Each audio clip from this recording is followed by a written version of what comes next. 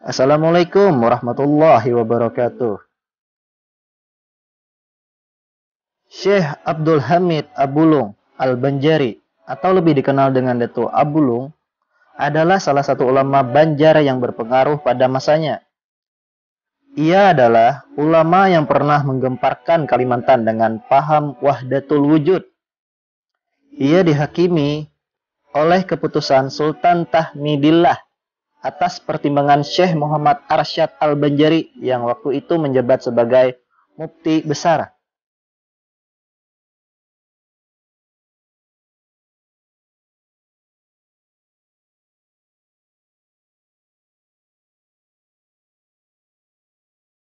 Riwayat Dato' Abulung. Pada masa Kesultanan Banjar yang diperintah oleh Sultan Tahlilullah, ia dan Syekh Muhammad Arsyad Al-Banjari diberangkatkan oleh Kesultanan Banjar untuk menuntut ilmu dengan biaya ditanggung oleh kerajaan menuju ke tanah suci Mekah. Namun sepak terjangnya tidak banyak orang yang mengetahui, karena ia tidak ada meninggalkan kitab karangan seperti ulama-ulama lainnya. Syekh Abdul Hamid Abulung atau Dato' Abulung memiliki paham tasawuf wahdatul wujud. Pandangan tasawuf yang dianutnya dipengaruhi aliran Ittihad Abu Yazid Al-Bustami dan Al-Halaj yang masuk ke Indonesia melalui Hamzah Pansuri, Syamsuddin Al-Sumatrani, dan Syekh Siti Jenar.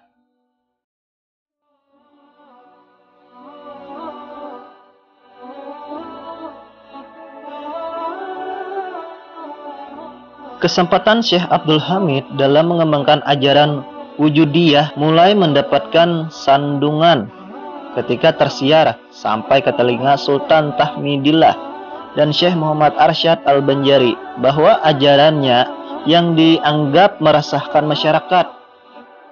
Dilaporkan Abdul Hamid mengajarkan orang-orang bahwa tidak ada wujud kecuali Allah.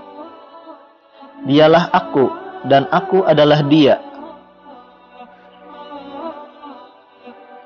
Syekh Muhammad Arsyad sebagai penganut ajaran Syekh Muhammad bin Abdul Karim Al-Samani Al-Madani, guru tokoh-tokoh tarekat Samaniyah, tidak sepakat dengan pemikiran wujudiyah dari Syekh Abdul Hamid dan bahkan menganggapnya musyrik.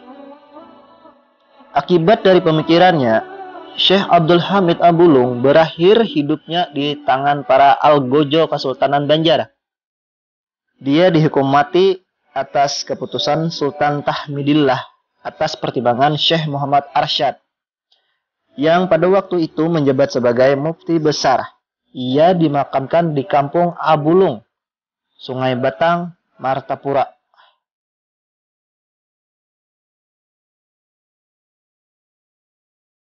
Karena takut akan terjadinya perpecahan pada masyarakat, berdasarkan keputusan tersebut, maka dipanggillah Dato' Abulung. Salah seorang prajurit kerajaan disuruh untuk mendatangi Dato' Abulung. Setelah sampainya prajurit di tempat Dato' Abulung, lalu dipanggillah beliau. Satu riwayat menceritakan pemanggilan tersebut, prajurit itu berkata, "Hai Syekh Abdul Hamid, Anda dipanggil Baginda Sultan." Kemudian dijawab oleh Dato' Abulung, "Syekh Abdul Hamid tidak ada, yang ada hanya Allah." Mendengar hal tersebut, prajurit itu pun kembali mengadu kepada sang sultan. Kemudian sultan menyuruh kembali dan memanggil Dato' Abulung dengan mengucapkan kalimat nama Dato' Abulung sebagai Allah. Kemudian prajurit itu pun kembali ke Dato' Abulung dengan mengucapkan kata, "Hai Allah, Anda dipanggil Baginda Sultan." Yang kemudian dijawab kembali oleh Dato' Abulung, "Allah tidak ada, yang ada hanya Nur Muhammad." Sekali lagi, mendengar hal itu, prajurit itu pun kembali lagi ke kerajaan dan mengadu kepada sang sultan. Lalu kemudian sultan berkata, "Panggil ketiganya." Syekh Abdul Hamid, Allah dan Nur Muhammad. Suruh dia kembali dan menghadap ke Sultan. Setelah mendengar itu, sang prajurit kembali lagi untuk yang ketiga kalinya mendatangi Syekh Abdul Hamid. Setelah sampai, prajurit itu pun memanggil Syekh Abdul Hamid, Allah dan Nur Muhammad. Anda dipanggil Sultan untuk menghadap beliau di kerajaan.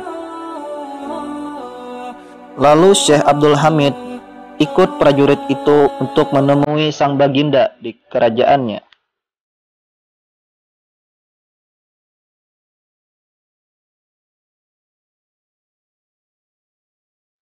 Di tengah perjalanan menuju istana, dipasanglah perangkap yang apabila terinjak, maka melesatlah sebilah tombak tajam yang akan menghujam ke tubuh orang yang menginjaknya. Saat itu terbukti kebenaran ajaran Syekh Abdul Hamid Abulung. Ketika beliau menginjak perangkap tersebut, tombak tajam itu pun memang melesat dengan cepatnya di udara dan berhenti tepat di belakang Datuk Abulung dan jatuh ke tanah tanpa beliau mengetahuinya. Setelah sampai di istana dan terjadi tanya jawab, Sultan ingin bukti kebenaran ajaran Datuk Abulung. Kemudian beliau berucap, "Asyhadu alla ilaha illallah." Tiba-tiba tubuh beliau menghilang. Kemudian terdengar lagi suara, "Wa asyhadu anna Muhammad Rasulullah." Maka timbullah kembali badan beliau. Semua orang kagum melihat hal tersebut. Tetapi dengan menimbang untuk keselamatan orang awam yang lebih banyak, maka dihukumlah Syekh Abdul Hamid Abulung dengan dimasukkan ke dalam sebuah kerangkeng besi yang ukurannya hanya muat untuk satu orang. Lalu kerangkeng besi itu ditenggelamkan ke dalam air sungai. Akan tetapi, pada saat itulah muncul karamah dia. Meski ditenggelamkan ke dasar sungai, pada waktu sholat tiba, secara ajaib, kerangkeng itu naik ke atas sungai dan terlihatlah Syekh Abdul Hamid Abulung sedang melaksanakan sholat. Dan setelah sholatnya selesai, kerangkeng itu pun tenggelam lagi. Hal itu terjadi berulang-ulang kali. Dan hal ini menjadi populer dalam cerita rakyat Banjar.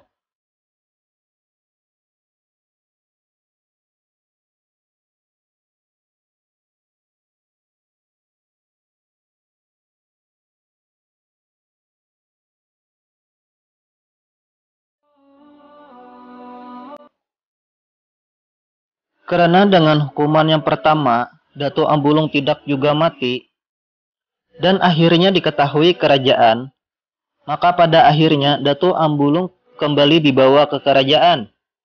Di hadapan Sultan, akhirnya Datuk Abulung mengatakan bahwa beliau tidak bisa dibinasakan dengan alat apapun, kecuali dengan senjata yang ada di dinding rumah beliau, dan menancapkannya di dalam daerah lingkaran yang beliau tunjukkan, yaitu di belikat beliau.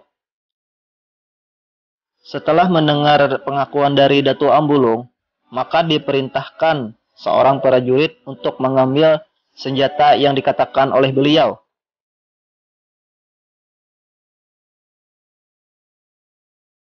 Sebelum hukuman dijatuhkan, Datuk Abulung meminta sebuah syarat. Beliau meminta kepada Sultan untuk menjalankan sholat sunnah 2 rakaat. Setelah sholat 2 rakaat, senjata itu pun ditancapkan di belikat beliau. Maka memancarlah darah segar dari tubuh beliau. Dan sungguh ajaib, dari darah beliau tersebut membentuk kalimat La ilaha illallah Muhammad Rasulullah. Inna lillahi wa inna ilaihi raji'un.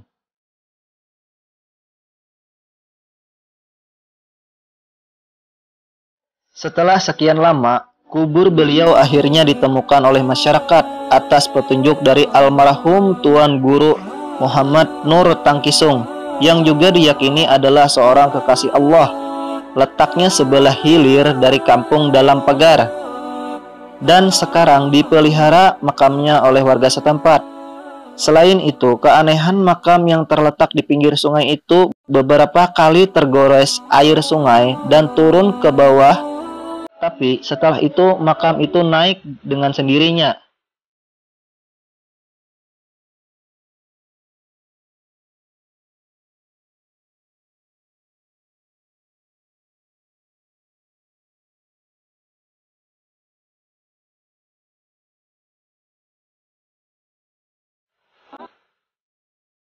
Salah dan hilaf mohon untuk dimaafkan.